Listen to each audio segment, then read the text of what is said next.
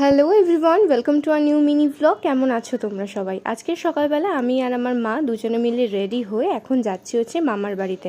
বাবা যাচ্ছে না, কারণ বাবা যাবে হচ্ছে অফিস, তো আমি আর মা দুজনে একাই যাচ্ছি। আর এদিকে আমাদের মাঠে আজকে রয়েছে ফাংশন বিকালবেলা, তো তাই জন্য স্টেজ করেছে। টিকিট কেটে চলে এসেছি বালি, আর বালিতে এসে এই কচুরি খাওয়াটা তো আমাদের ম্যান্ডেটারি। তো খাওয়া দাওয়া করে অটোতে তো উঠেছিলাম, বাট আজকে প্রচণ্ড জ্যাম ছিল, যেহেতু শিয়ালদার ট্রেন বন্ধ, তো সেই জন্য সবাই বাই রোড যাচ্ছে। তো গিয়ে সেজো মামা হাতের সঙ্গে সঙ্গে ধরিয়ে দিয়েছিল আম পান্না। তারপরে আমি একটু বেরিয়েছিলাম, আমার একটা জুতো নেওয়ার ছিল, বাট জুতো কিছু পছন্দ হয়নি, তো আবার চলে এসেছিলাম বাড়ি।